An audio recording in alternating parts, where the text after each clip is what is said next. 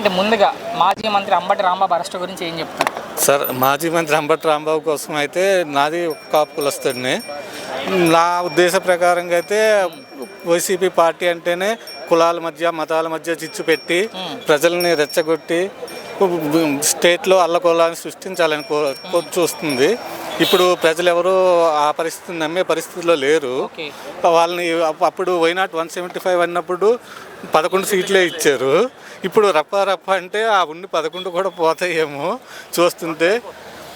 అది వాళ్ళని అయితే నమ్మే పరిస్థితి ఎట్టి పరిస్థితుల్లో ప్రజల్లో ఉద్దేశమే లేదు. వాళ్ళని మళ్ళీ గెలిపించే ఉద్దేశమే లేదు ప్రజల్లో. మీరే చెప్పారు మీ కులం గురించి, కానీ మీ కులం మీద, కాపు కులం మీద కుట్ర జరుగుతుంది ప్రభుత్వంలో అంటున్నారు. కాపు కులం మీద కుట్ర అయితే చంద్రబాబు నాయుడు ఎట్టి పరిస్థితుల్లో చేయట్లేదండి. డెవలప్మెంట్ జరిగిందంటే చంద్రబాబు నాయుడు సీఎంగా ఉన్నప్పుడే కాపు కులస్తులంతా ముందుకు రావడం జరుగుతుంది.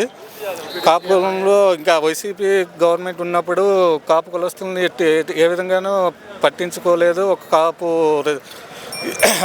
ఇది లోన్లు కానీ ఏమి కానీ ఇవ్వలేదు. చంద్రబాబు నాయుడు గవర్నమెంట్లోనే ఏవైనా లోన్లు చేయొచ్చు ఇవ్వడం, కాపు కార్పొరేషన్ కానీ కాపు కార్పొరేషన్కి నిధులు సమకూర్చడం కానీ చంద్రబాబు నాయుడు గవర్నమెంట్ అప్పుడే జరిగింది. సో ఏంటి అమరావతి, ఇప్పుడు మనం ఎక్కడ ఉన్నాం కాబట్టి అమరావతి రాజధాని మీద మీ అభిప్రాయం ఏంటి? అమరావతి రాజధాని చూస్తున్నాం కదండి, ఏ విధంగా అభివృద్ధి చెందుతుందో, పనులు ఎంత సర్వేగంగా జరుగుతున్నాయో.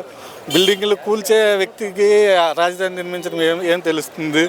ఒక హైదరాబాద్ లాంటి మహానగరాన్ని సృష్టించిన విజనరీ ముఖ్యమంత్రి గారు మళ్ళీ మనకి ఇంకొక 15 సంవత్సరాలు అతను దేవుడి దయ వల్ల ఆయుష్ క్షేమంగా ఉంటే మళ్ళీ ఆయనే రావాలని కోరుకుంటున్నాను. అమరావతి అభివృద్ధి జరుగుతుందని ఆశిస్తున్నాను. Thank you.